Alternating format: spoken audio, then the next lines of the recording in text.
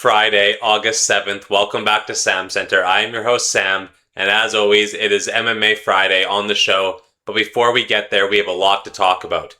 Football is back. Obviously, if you're a fan of the CFL, football has been back for a little bit, but college football is about to ramp up, and the NFL hosted their very first preseason game, the Hall of Fame game that they put on while they induct the Hall of Fame class. We're going to talk the results of that game. Move on, Calgary went in there on the road, played Toronto to kick off Week 10 of the CFL, and then PFL Charlotte, UFC Fight Night. First things first, let's run the intro, baby.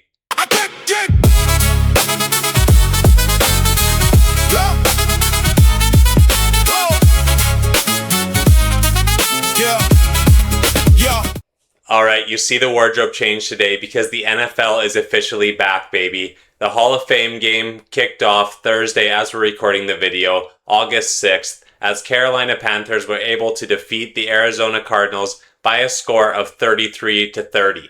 It was an exciting back and forth game with the first quarter ending 0-0. I was expecting it to be just another lazy Thursday night football, both teams going out there looking unimpressive. However, the game was quite exciting, and I'm ready for the NFL season to start again. Obviously, we have to wait a little bit longer. August 13th will be the official kickoff of Week 1 of the NFL, but the reason they do this game early is because they inducted 5 great players into the Hall of Fame. Starting with quarterback Drew Brees, a guy who had a legendary career, Super Bowl champion with the New Orleans Saints. He was inducted first time being on the ballot, and it was quite clear that Drew Brees was going to make it. Roger Craig, a legendary running back from the San Francisco 49ers, played a lot of years, racked up a lot of yards, a lot of touchdowns, a guy that is a little bit more old school than some of the more modern guys inducted into the class, but nonetheless well deserving of his spot in the Hall of Fame, alongside wide receiver Larry Fitzgerald. Legendary career with the Arizona Cardinals, a lot of passing touchdowns over the years. He played a lot of years. He went for a ton of yards. Larry Fitzgerald is a legend of the game. Luke Kuechly over there from Carolina. Obviously, they were playing in the game, so it was nice to have Arizona and Carolina both represented in the Hall of Fame class with Larry Fitzgerald, with Luke Kuechly respectively. Obviously, a career that is well respected, one of the best and most feared linebackers of all time. However, a lot of concussions. His body just wasn't able to hold up with his style of play, forced him to retire a little bit early. Otherwise, he probably would have gone and played a lot more seasons. Great career for Luke Kuechly, as well as everyone else on this list. Finishing with Adam Vinatieri.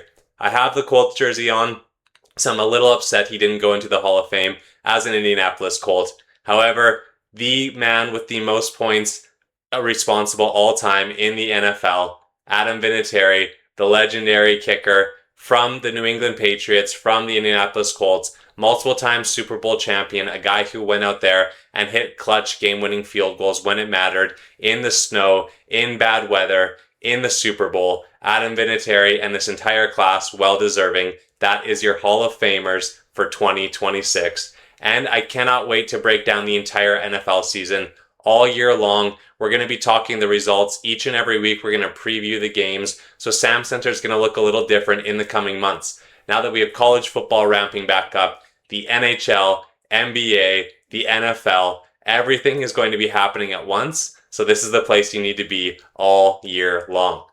Moving on with more football. Calgary versus Toronto kicked off our Week 10 slate of games in the CFL. And it was a game that went relatively as we expected, obviously the result being inverse. But we did say, Toronto being at home, their first true home game of the season, coming off of a bye week, Chad Kelly getting that extra rest, this team was going to be fired up, and Calgary is going to be kicking themselves for losing this game.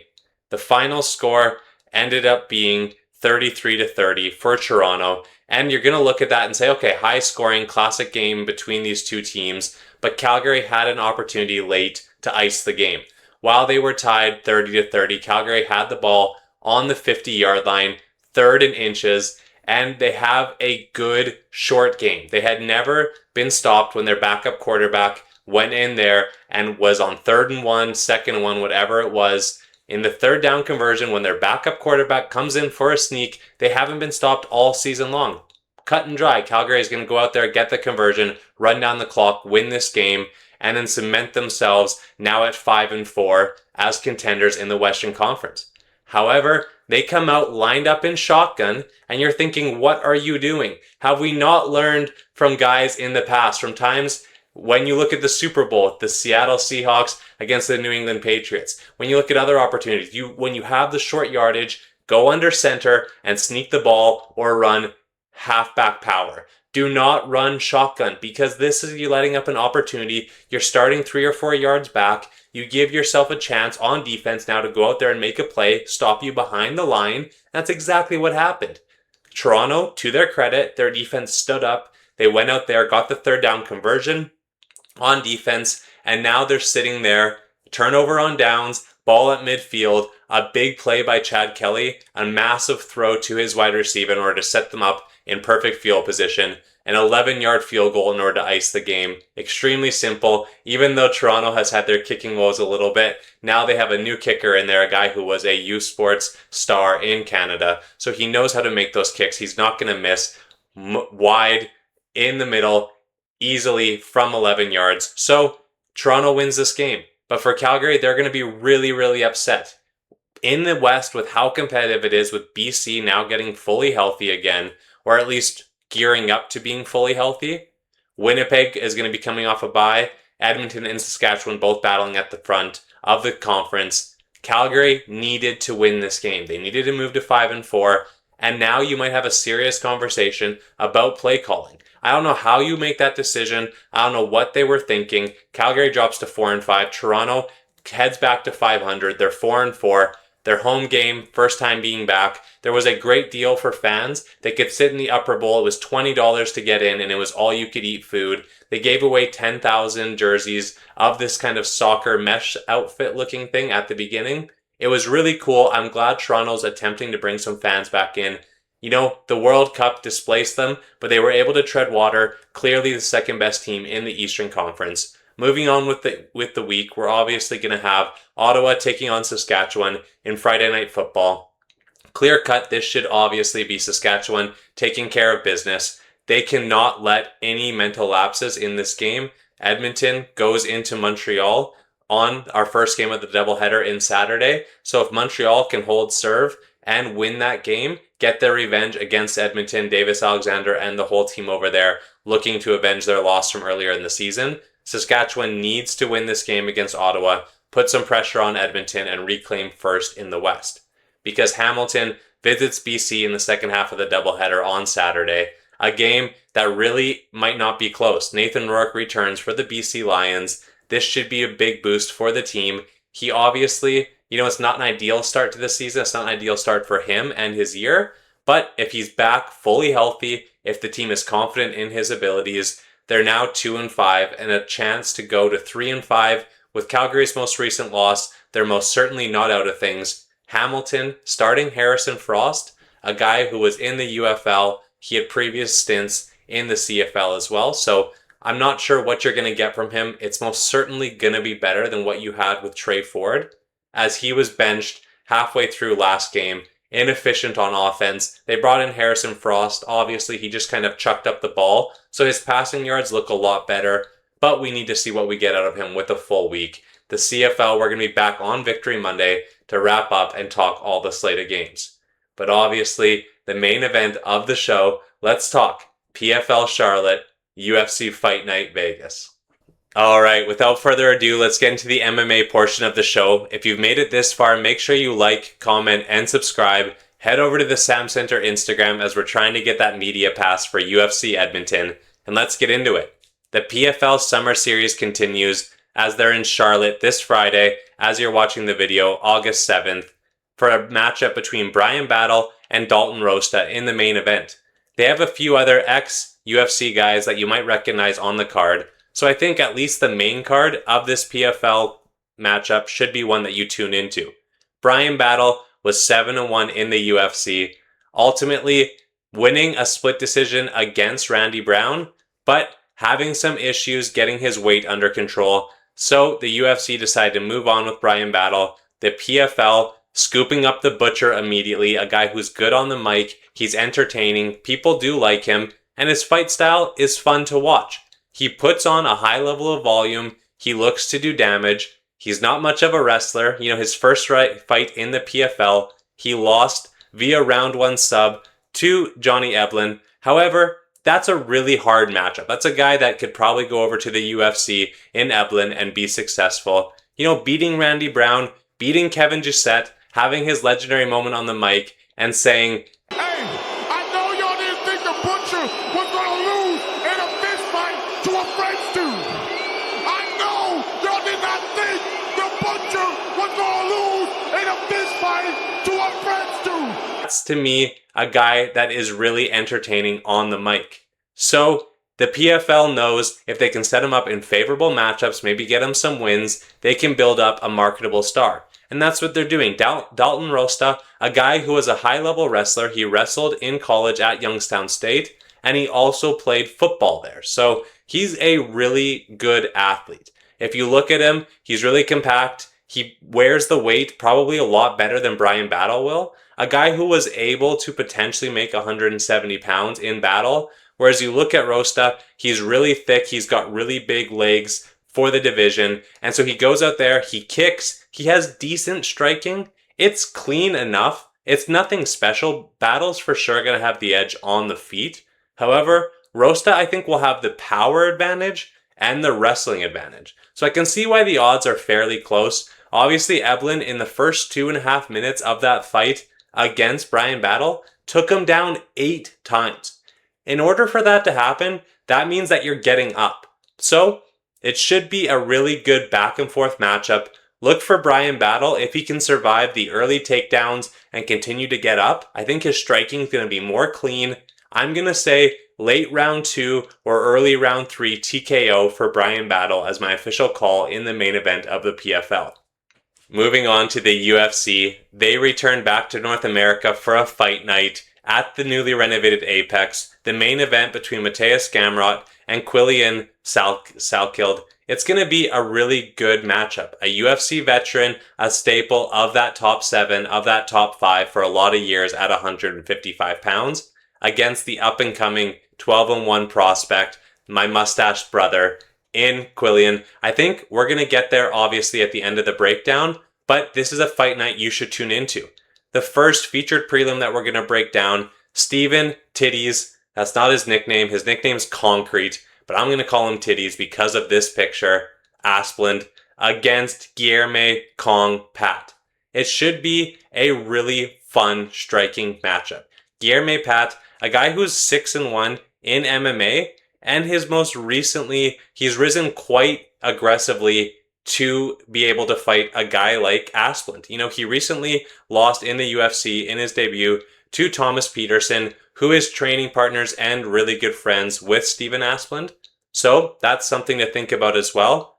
But Guilherme Pat, a guy who's had a lot of kickboxing fights in his career, 6-1 in MMA, was only 1-0 in LFA. So he doesn't have a ton of experience in the cage. I think that could be the biggest difference maker here. His stand-up is clean. So if Steven Asplund goes out there and is looking to fight the same way he did against Victor Petrino and just put himself in the fire, we're going to put the picture on screen of what he looked like leaving that fight. The guy was absolutely torn up. He took a lot of damage, but to his credit, he kept coming forward. He didn't quit. And he said in an interview this week that he cut 22 pounds the night before the fight because he was so stressed out. He was so scared of what might happen to him in that fight. And that is what happened. He went out there, had a really fun performance, but you're not going to last very long at heavyweight if you're eating as many shots as he is. Obviously, he's eating a lot because his nickname is Titties. So I think ultimately as a 3-1 favorite that Steven Asplund is probably still going to get this victory. He was able to go out there and have a career in LFA, be 4-1. He has the better overall record. I think he's the cleaner striker. He's pretty fast on the feet for heavyweight. He's shown he has good cardio. He has trained decent takedown defense. I'm not sure Guilherme Pat is truly UFC level. If he lost to Thomas Peterson. He had one fight in LFA. I don't know if this guy's going to stick at heavyweight in the UFC. Give me Stephen Concrete Asplund for a TKO. I think he's going to TKO Guilherme Pat. Moving on to the start of the main card. Ty Thriller Miller, 7-0, a 26-year-old undefeated prospect, taking on Billy Ray Goff, a guy who's 9-4, and you'll be forgiven to think he's older than he is. He's only 28 years old. He had a lot of success early on in his career, fighting on the PFL Bellator banner, and I think after this fight, Billy Ray might be returning to the PFL Bellator MVP, whatever we're going to call it now, because Ty Miller is really clean on the feet. He's got extremely good stand-up, he puts together combinations, and as much as it doesn't look like he's ripping shots at crazy speed, he seems to always find the target, he takes his time, he looks to counter-strike, he'll ease into the fight, but he puts damage on guys, and he'll put you out when it comes to it. My only concern is that he hasn't fought really that high-level competition. All of his fights leading up to his UFC and Contender Series fights are against absolute bums.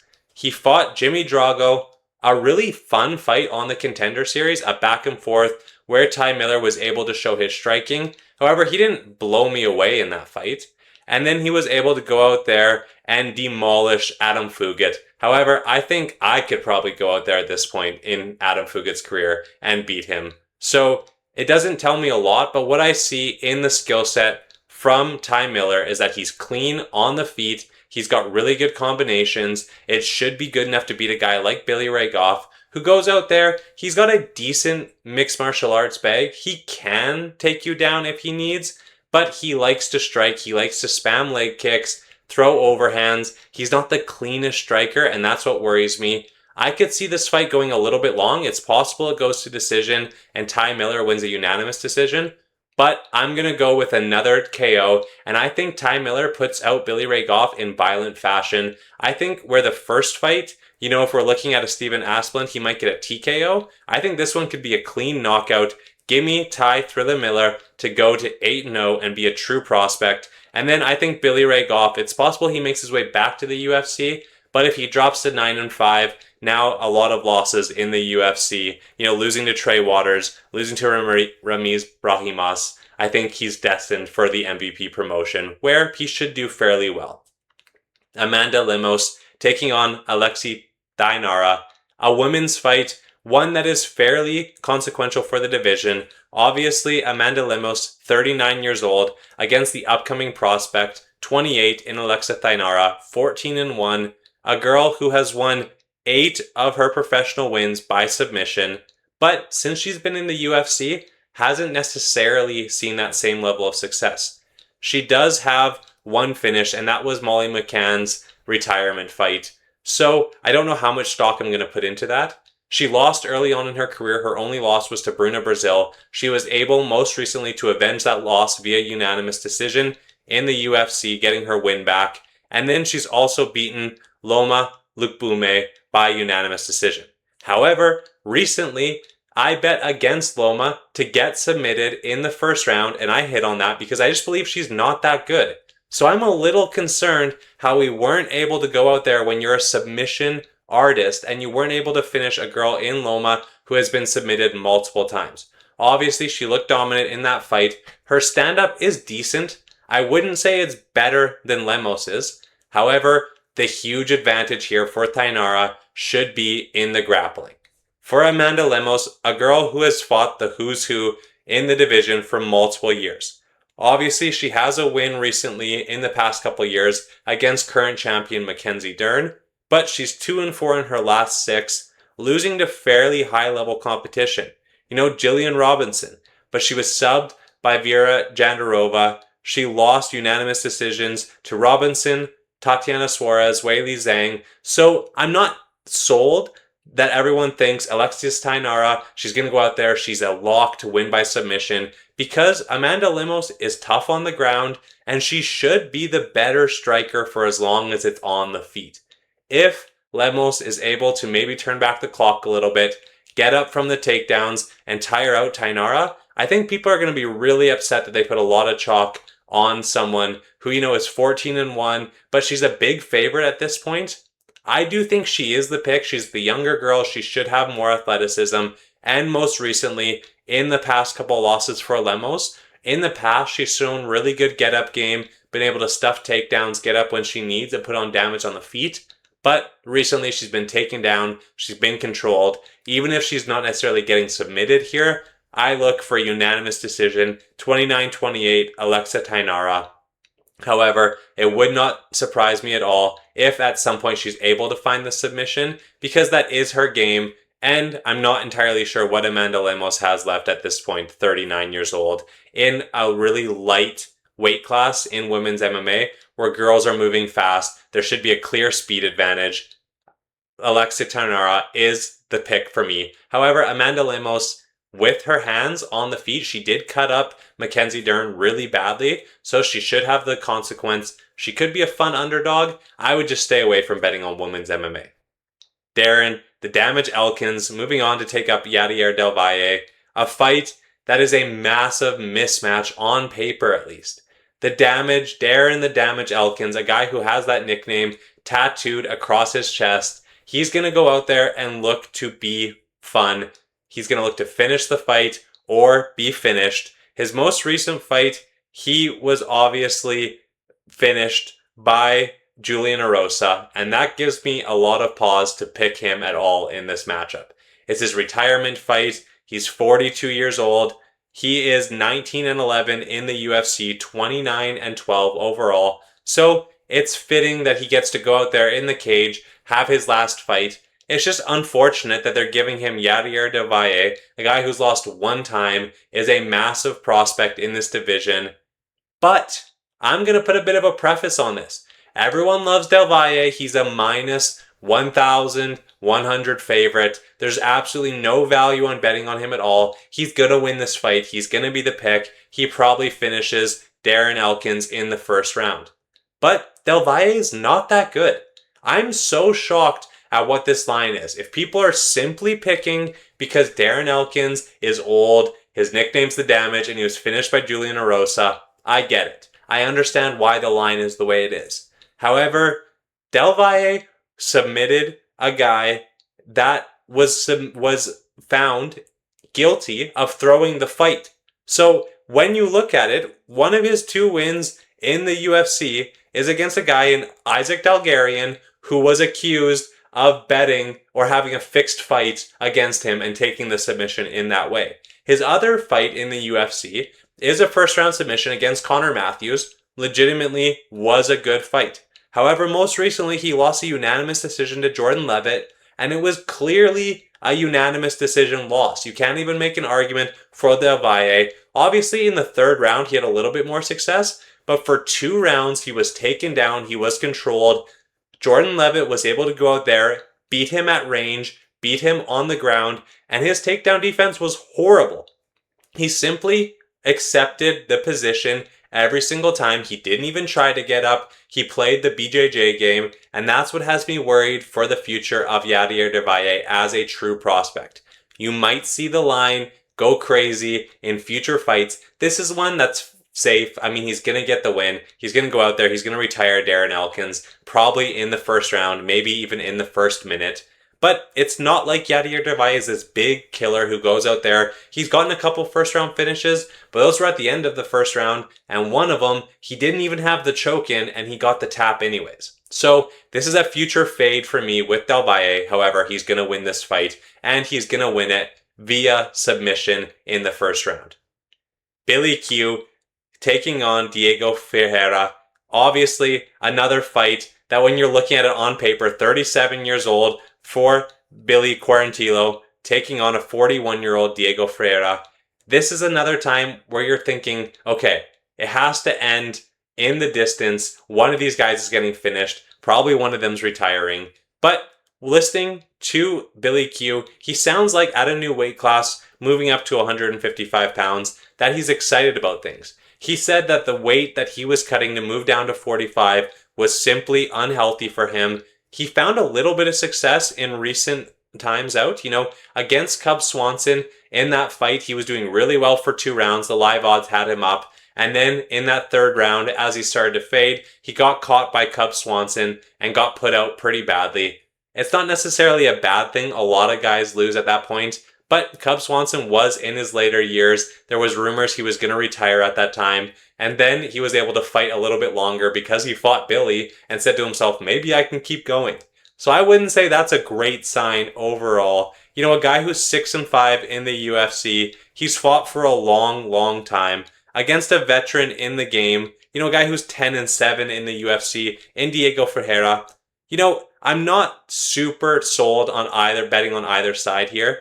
Unanimous decision losses, to Grant Dawson, a knockout loss in the second round to Alex Hernandez. He was able to go out there, beat Johnson, beat Rebecki, but then he's had some other losses against Gamrot, against Dariush. So the level of competition is on the side of Diego Ferreira. However, being 41 years old has me a little bit concerned, coming off back-to-back losses. At least with Billy, he's moving up in weight. He seems like he's excited about it. He's a little bit younger. I personally wouldn't bet this fight. I think it's likely that it goes to decision. Both these guys are Brazilian Jiu-Jitsu black belts. It sounds like, from the sounds of it, they both respect each other's game a lot. If I'm going to pick a side, I'm going to go with the underdog, though. Give me Billy Quarantillo, and maybe he even finishes this fight. Just don't bet on it. All right, time for the main event of the evening. Thank you once again for making it this far. Let's get into it. Quillian Salkeld, 12-1 prospect, 26 years old, taking on top 5 gatekeeper Matthias Gamrot. This should be an excellent fight. Both guys, high-level wrestlers. Obviously, that's Gamrot's game plan. He goes out there, he looks to wrestle, most recently getting a submission victory against Esteban Ribovic. He lost by submission to Charles Oliveira, a unanimous decision to Beneil Dariush, a split decision to Dan Hooker, but a guy who's 9-4 in the UFC. He has a win over Arman Sarukian in 2022, so Gamrot is extremely high level, and he's looking to put on a veteran lesson against a prospect. And can we say prospect at this point when you're 12-1 and you're fighting for the top 5 in the division? Or, you know what, whatever it really looks like when the chips fall. I think if he gets a dominant win in this outing, he's for sure going to be in that top 5, top 7 at 155 pounds. Because most recently he was able to go out there, defend a couple takedowns. You know, he was taken down by Beneil Dariush, but he was able to get up immediately. And then in the first round, find the out switch for Beneil, defeating him via round 1 TKO. Before that, he defeated Jamie Malarkey via round 1. You know, in his 4 out of his 5 UFC appearances, Quillian has won in the first round. So this is a guy who's exciting. He's here to put damage on in a hurry, but he doesn't chase the finish. He doesn't get really lazy with his striking. He doesn't go out there and just wing punches round 1 or bust, which is what you look for when guys are going to get fraud checked. I am a little bit worried about how willing Quillian is to engage in the grappling, because I think at different times his grappling has been better. Against a guy like Beneil Dariush, he was taken down a couple times, obviously able to get up, but Beneil at this point, I'm not fully capable or not fully confident in his fight abilities or what he has in the tank, especially against a really good prospect with much more energy than him. But a guy like Gamrot should be game. He should be ready for this. He should be conditioned in the grappling, in the wrestling. He was able to go out there and defeat Arman Sarukian, a guy who is a higher level wrestler than Salkeld is. So anything that Salkeld has on the ground for Gamrot will not be a surprise. Where the big advantage is going to be on the feet. This is why he lost a split decision to Dan Hooker. When you look at Gamrot's previous outings, he has been dropped before. He's had damage put on him. He's had times where he's had to recover in the cage. And if he does that against a young striker like Quillian, he's going to be in big trouble. One thing that gives me pause for concern, I'll throw an image up now if I can. Matthias Gamrot has a cut on his nose. He's had a bandage on it all week. And when he took off the bandage, clear as day, there's a cut. And now, when you're going against a guy who is a striker, he can wrestle. You know, Quillian is no slouch on the feet. He can wrestle. He looks for takedowns at times, but it looks like in this fight, his path to victory is going to be on the feet. So if we're looking at striker against grappler, and you're going to go to the judges' scorecard potentially because both these guys are tough, both of them are capable, you're going to look to see, did one guy do damage on the feet and did one guy have more control time? So look for that to be a deciding factor. Maybe we'll come back on Victory Monday and SamCentre will be calling it. We'll say the cut over the nose changed the fight, because for Gamrot, he's obviously not super concerned about it. I'm sure he's gone into fights before with cuts. I don't think it's going to be the ultimate difference maker. If he can go out there and establish his game plan of wrestling, either side is going to look like a big favorite in my opinion. It's a fairly even fight. Gamrot as the slight underdog. I am actually going to pick him here because I'm a little concerned about the wrestling on the side of Salkeld. But what I'm going to do is I'm going to pick Quillian by TKO. Probably over a round and a half. I'm going to play that on the betting lines. And then I'm just going to play the underdog on Gamrot's side, because I feel like Gamrot can go out there. He can wrestle. He can get the takedowns at least early. Look for it to go over a round and a half, probably later on. The fight will most likely enter round 2, enter round 3. And then from there, it's hard to say. Gamrot doesn't have necessarily the highest level of cardio. His striking isn't great. And he has been finished before. He's had a lot of damage put on him by different guys. So I wouldn't be surprised if we see the 12-1 prospect, a guy who's rattled off 12 straight victories after losing his professional debut by submission. So I'm really excited for this fight. I think it could be great for 155 pounds. Get some new blood at the top of the division, some new challengers, some exciting strikers, guys who are the new breed in MMA. They can wrestle, they can strike, they can do it all. But first, you have to get through Matthias Gamrot. And that was the show. We really appreciate you being here. As always, like, comment, and subscribe. SamCentre out.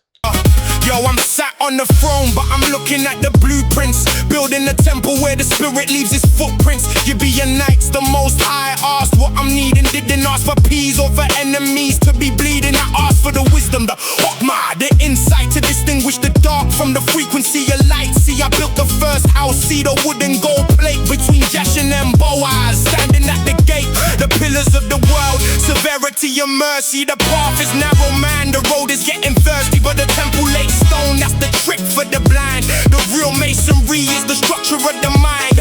Seal of the king, 2 triangles entwined. The lower reflecting the upper design. Master of the spirits, I made the demons work. Building up the temple where the shadows used to lurk. It's the wisdom of Solomon, the heavyweight crown. Building up the spirit while the system falling down.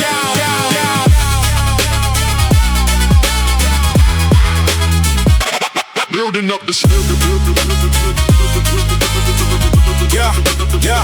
Yeah, they say I had the ring, the brass and the iron, commanding the glacier, the wolf and the lion. See, the demons are just facets of the ego and the greed. I harness the shadows to plant the holy seed. You gotta kill the beast, you gotta make it move the blocks. Put the vices in the furnace, turning keys inside the lock. 72 spirits, yeah, I kept them in the vessel. Every conscious man has a demon he must wrestle. If you don't control the lower, then the lower controls you. That's how the temple falls and the spirit gets through. I saw the vanity, they're chasing all the wind, but the wisdom is the treasure underneath the skin. I sat with the queen, yeah, Sheba brought the riddle, trying to find a center, not the sides or the middles. She saw the cupbearer, the order of the table. Realize that history is more than just a fable. It's the key of Solomon, the magic in the math, finding your geometry on the righteous path. From the quarry to the corner, I'm the stone they rejected. To the master workman, saw the spirit was perfected.